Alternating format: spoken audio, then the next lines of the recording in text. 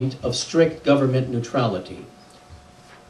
Now, Madison, influenced by Jefferson, was the actual initial author of the First Amendment, and to demonstrate his intent to keep government and God separate, and to demonstrate that today's religious right is wrong when they claim that our government was founded in order to allow favoritism for religion collectively.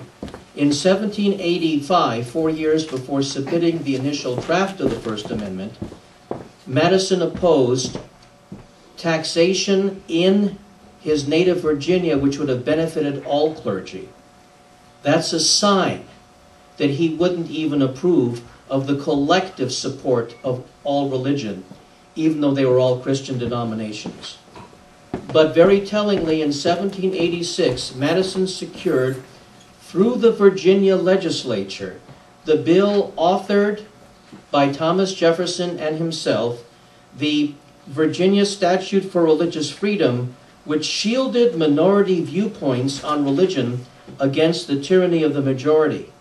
And non-believers were also protected. And proof of this came later in 1821, where Jefferson wrote in his autobiography how happy he was that he and Madison defeated efforts to dilute the statute to protect only Christians. Jefferson was delighted that, in his words, he and Madison secured the passage of a bill that protected everyone, including the infidel of every denomination. The infidel of every denomination shows an intent to protect the non-believer as well as the believer. Now, since the two of them were the major influences on each other, the words of one can be attributed to the other in terms of their feelings on the separation of God and government. In 1787, Jefferson published his Notes on Virginia, in which he wrote, "It does me no injury for my neighbor to say there are 20 gods or no God. It neither picks my pocket nor breaks my leg." Imagine any American or possibly even Canadian politician saying that today. And if we go back in time precisely 200 years, we would find Thomas Jefferson sitting in the White House. Now, sometimes I believe that could be scientific evidence that evolution goes in reverse. But nevertheless, that is the reality. Now, in 1788, Madison, writing in Federalist Paper number 42, urging ratification of the Constitution, defended the prohibition against any religious test for office, and Madison said that public office should be open to merit of every description without regard to any particular profession of faith. But a most important communication occurred in October of 1788, where Madison, just a few months before submitting the initial draft of the First Amendment, in a letter to Jefferson, expressed concern that people would deny infidels the right to hold office. In this very same letter, Madison also expressed his fear that the general public would substantially narrow the rights of conscience if given the chance. This definitely shows that he intended to protect the non-believer equally, and it shows that he intended government neutrality, not collective government favoritism for religion at the expense of the non-believer. And in June of 1789, Madison, as a member of the very first United States Congress, proposed an amendment to the Constitution that would ultimately become the First Amendment. It prevented government from abridging the civil rights of anyone because of religious belief or worship. Madison's first draft also prevented government from establishing any national religion, and it prevented infringement upon the equal rights of conscience. The debates from both houses of Congress are a little sparse during that summer of 1789. But what we do have shows an intent on the part of the members of Congress whose words were recorded and whose actions were documented to preserve the rights of conscience for everyone. And it seems that the preoccupation with the founders was to preserve individual freedom of thought and to avoid all government favoritism, whether one is a believer or a non-believer. And this can be summed up in the words of Representative Daniel Carroll, who said, "The rights of conscience are in their nature of peculiar delicacy and will little bear the gentlest touch of governmental hand."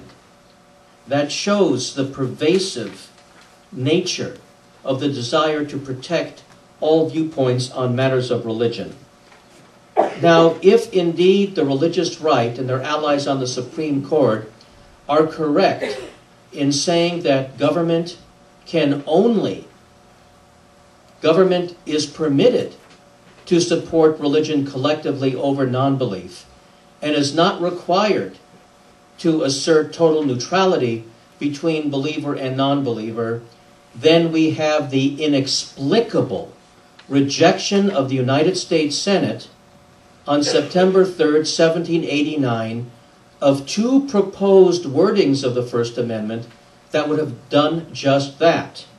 One would have said, "No law establishing one religious sect or society in preference to any other." The other would have said, "No law establishing any particular denomination or religion in preference to any other." So if indeed the Congress intended to prevent government from only favoring one religion over another, but freeing government to favor all religions over non-belief, either of these two proposed wordings would have been adopted, but they were rejected and never brought back by either the House or the Senate. So that is conclusive proof that the drafters of the First Amendment considered what the religious right says is the proper interpretation and definitively rejected it. And when the First Amendment went to the House and Senate Conference Committee in September of 1789, the final language was the most sweeping. No law respecting an establishment of religion, not just no law establishing a national religion or no law favoring one religion over the other, no law showing respect to an establishment of religion. And that is the basis for our claim that the intent was government neutrality. And then Jefferson in 1802 wrote that the First Amendment built a wall of separation between church and state. And to show you how powerful were the sentiments of Madison and Jefferson against mixing of God and government, their policies and statements were much stronger in the direction of church-state separation than we see today, even among the most pro-church-state separationists in America. Madison was so concerned about the accumulation of power by religious institutions, he had misgivings about a religious organization's even holding property.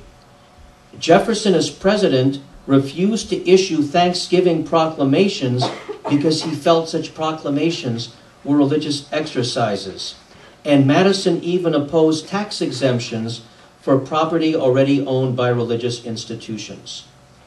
If those most present and most responsible for the creation of the First Amendment held this view, then certainly the First Amendment, by its historical founding, is a charter for neutral government, not government that can favor religion collectively. It's true that in the beginning years, the First Amendment applied only to the national federal government. But in 1868, the Equal Protection Law, the 14th Amendment to the United States Constitution, was ratified. And that incorporated to all the states the protections of the Bill of Rights.